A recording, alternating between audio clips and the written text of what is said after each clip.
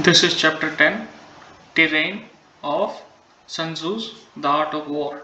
Sun Tzu said, we may distinguish 6 kinds of terrain, to wit, first, accessible ground, second, entangling ground, third, temporizing ground, fourth, narrow passes, fifth, precipitous heights, sixth, positions at a great distance from the enemy. Second, ground which can be freely traversed by both sides is called accessible. With regard to ground of this nature, be before the enemy in occupying the raised and sunny spots, and carefully guard your line of supplies. Then you will be able to fight with advantage. Ground which can be abandoned but is hard to reoccupy is called entangling. From a position of this sort, if enemy is unprepared, you may sally forth and defeat him. But if the enemy is prepared for your coming and you fail to defeat him, then return being impossible, disaster will ensue. When the position is such that neither side will gain by making the first move, it is called temporizing ground.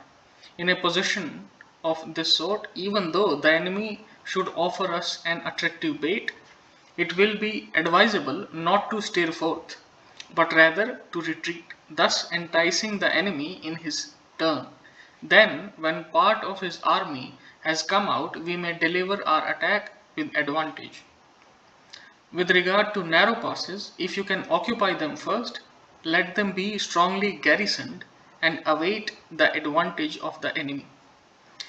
Should the army forestall you in occupying a pass, do not go after him. If the pass if the pass is fully garrisoned, but only if it is weakly garrisoned.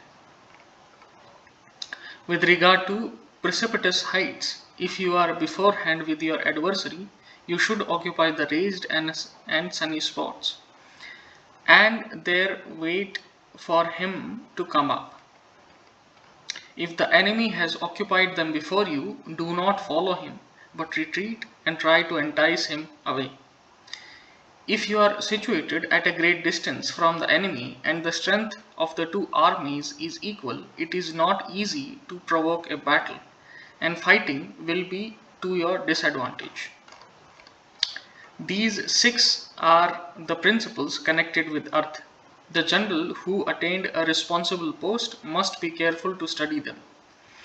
Now an army is exposed to 6 several calamities, not arising from natural causes but from faults for which the general is responsible. These are flight, insubordination, collapse, ruin, disorganization, and rout. Other conditions being equal, if one force is hurled against another 10 times in its size, the result will be the flight of the former. When the common soldiers are too strong and their officers too weak, the result is insubordination. When the officers are too strong and the common soldier too weak, the result is collapse. When the higher officers are angry and insubordinate, and on meeting the enemy give battle on their own account from a feeling of resentment, before the commander in chief can tell whether or no he is in a position to fight, the result is ruin. When the general is weak and without authority, when his orders are not clear and distinct, when there are no fixes, duties assigned to officers and men, and the ranks are formed in a slovenly, haphazard manner, the result is utter disorganization. When a general, unable to estimate the enemy's strength, allows an inferior force to engage a larger one, or hurdles a weak detachment against a powerful one, and neglects to place picked soldiers in the front rank, the result may be rout. The result must be rout.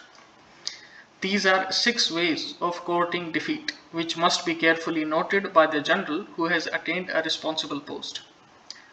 The natural formation of the country is the soldier's best ally, but a power of estimating the adversary, of controlling the forces of victory, and of shrewdly calculating difficulties, dangers, and distances, constitutes the test of a great general. He who knows these things and in fighting puts his knowledge into practice will win his battles. He who knows them not nor practices them will surely be defeated. If fighting is sure to result in victory, then you must fight, even though the ruler forbid it.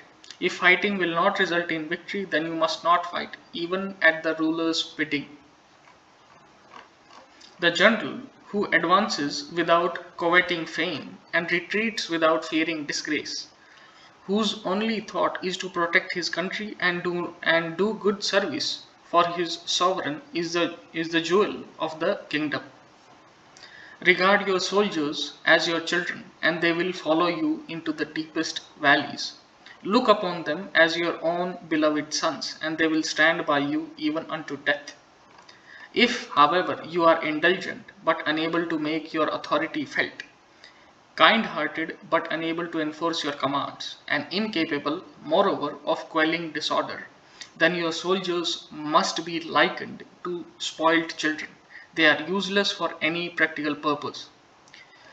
If we know that our own men, are in a condition to attack, but are unaware that the enemy is not open to attack, we have gone only halfway towards victory. If we know that the enemy is open to attack, but are unaware that our own men are not in a condition to attack, we have gone only halfway towards victory.